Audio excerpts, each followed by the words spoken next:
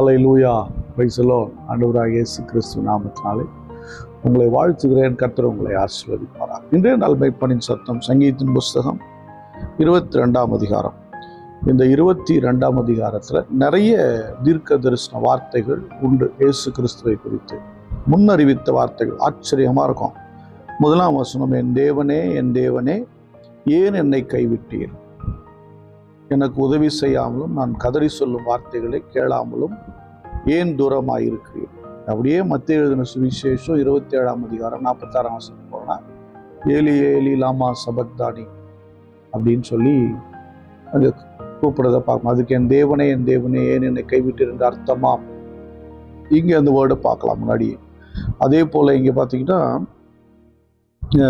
கர்த்தர் மேல் நம்பிக்கையாயிருந்தானே, அவர் இவனை விடுவிக்கட்டும், இவன் மேல் பிரியமாயிருக்கிறாரே, இப்பொழுதும் இவனை மீட்டு விடட்டும் என்கிறார்கள். அதுவும் அங்கே அதோடு அவர் எல்லாரும் இயேசு கிறிஸ்துவுக்கு கேலி செய்வதை போல வசனம் இருக்கிறது. அதே போல் இங்கே பார்த்தீங்கன்னா 16ஆம் வசனம், நாய்கள் என்னை சூழ்ந்திருக்கிறது, பொல்லாத கூட்டம் என்னை வளைந்து கொண்டது, என் கைகளையும் என் காலை உருவ குத்தினார்கள். இயேசு கிறிஸ்துவை ஆணி அடித்த அந்த சம்பவம். அடுத்தது 18ஆம் வசனத்தை பார்த்தீங்கன்னா, என் வஸ்திரங்களை தங்களுக்குள்ளே பங்கிட்டு என் உடையின் பேரில் சீட்டு போட்டார்கள். அது 27:35 மத்தேயு 27:35 அவருடைய வஸ்திரத்தை எடுத்து பங்கிட்டு சீட்டு போடுறதா பார்க்க முடியும். அப்படின்னா இந்த அதிகாரமே ஏகதேசம் நிறைய தீர்க்க தரிசன வார்த்தைகளை இங்கே உள்ளடக்கினதாக இருக்கு. இப்போ நாம் பார்க்குறோம், என் தேவனே, என் தேவனை, ஏன் என்னை கைவிட்டு எனக்கு உதவி செய்யாமலும் நான் கதறி சொல்லும் வார்த்தைகளை கேளாமலும் ஏன் தூரமாயிருக்கிறேன்? சில நேரங்களில் நமக்கு கைவிடப்பட்ட நிலையை நாம் சந்திச்சிருப்போம். இல்லை, ஒருவேளை நீங்கள் இப்போ அப்படி சந்திச்சிருக்கலாம். ஏன் ஆண்டவரே என்னை கைவிட்டீங்க? நான் இவ்வளோ ஜெபம் பண்ணினேன், நான் இவ்வளோ உமக்கு உண்மையாக இருந்தேன், உண்மையில் தானே நம்பிக்கையாக இருந்தேன், உங்களையே நான் பிடிச்சிட்டு இருந்தேனே, ஏன் என்னை கைவிட்டுட்டீங்க அப்படிங்கிற கேள்வி சில நேரம் நமக்கு வரும். சில நேரம் அவர் கைவிடுவது நல்லது அப்படின்னு நினச்சிக்கணும். யோசேப்பை அன்று குழியில் விழவிட்டது நல்லது. யோசேப்பு என்ன நினச்சிருக்கலாம், ஆண்டவரே என்னை கைவிட்டுட்டீங்களே, தரிசனமெல்லாம் எனக்கு கொடுத்தீங்களே, ஆனால் என்னை இப்படி கைவிட்டுட்டீங்களே ஆண்டவரே. ஆனால் அன்றைக்கு யோசேப்பை தேவன் கைவிட்டது நல்லது. அன்றைக்கு கைவிட்டபடினால தான் 13 வருடம் கழித்து எகிப்து தேசத்தில் அநேகரை கை தூக்கி விடுகிறவனாய் கர்த்தர் மாற்றி விட்டார். அல்லேலூயா.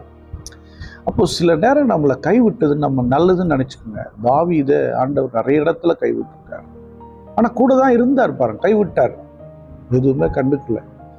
தாவீது அநேக இடங்களில் கைவிடப்பட்டது நல்லது. அதனால தான் நல்ல நல்ல வார்த்தைகளை தாவீது மூலமாக கர்த்தர் நமக்கு கிடைக்க செய்திருக்கிறார். சமஸ்த இஸ்ரவேலுக்கு ராஜாவாய் மாற்றப்பட்டான். யோபுவை கைவிட்டார். அவனுக்கு 10 பிள்ளைங்க, நல்ல ஐஸ்வர்யம், அழகு, மரியாதை எல்லாமே இருந்துச்சு, ஆனால் கைவிட்டார். சாட்டன் நினைச்சிட்டான், மாட்டினான்டா யோபு. ஆனால் அந்த சோதனையில், அந்த கைவிடப்பட்ட நிலையில் யோபு தன் விசுவாசத்தையும் உத்தமத்தையும் காத்து கொண்டார். அதனால தான் அடுத்தது மீண்டும் இழந்ததை விட 2 மடங்கு செல்வசீமான வாழ்ந்தார்.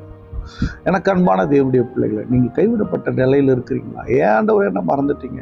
நான் இவ்வளவு கதறி கதறி அழுதனே, வாயில வயிற்றில் அடிச்சுக்கிட்டு எழுதுனே, என்னை ஏன் ஆண்டவரே இப்படி விட்டுட்டீங்க?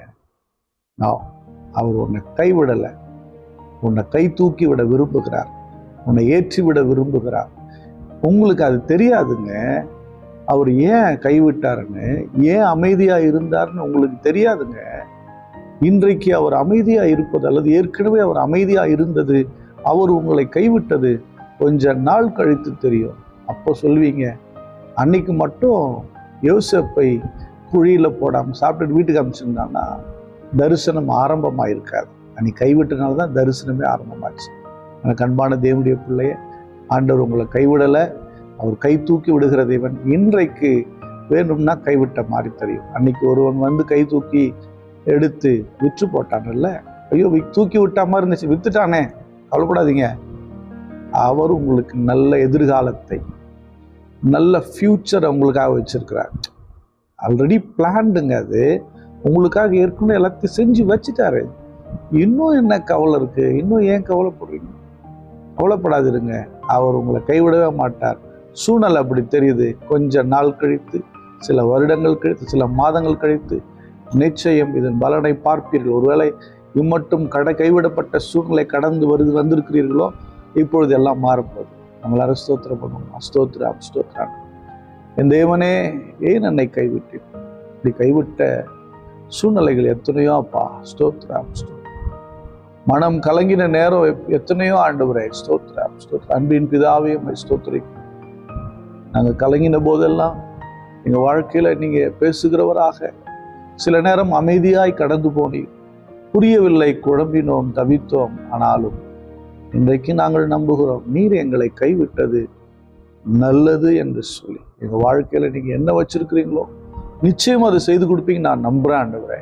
இந்த பிள்ளைகள் எதை எதிர்பார்த்து காத்திருக்கிறார்களோ, கைவிடப்பட்ட நிலையில் இருக்கிறார்களோ, ஆண்டவர் என்னை கைவிட்டார் என்று சோர்ந்து போயிருக்கிறார்கள். இப்பொழுது அந்த சூழ்நிலை மாறுவதாக ஆண்டவரே ஆசீர்வதிங்க. இயேசு கிறிஸ்துவின் நாமத்தினால் ஜெபிக்கிறேன், ஜீவனுள்ள நல்ல பிதாவே. ஆமென். God bless you. Bye bye.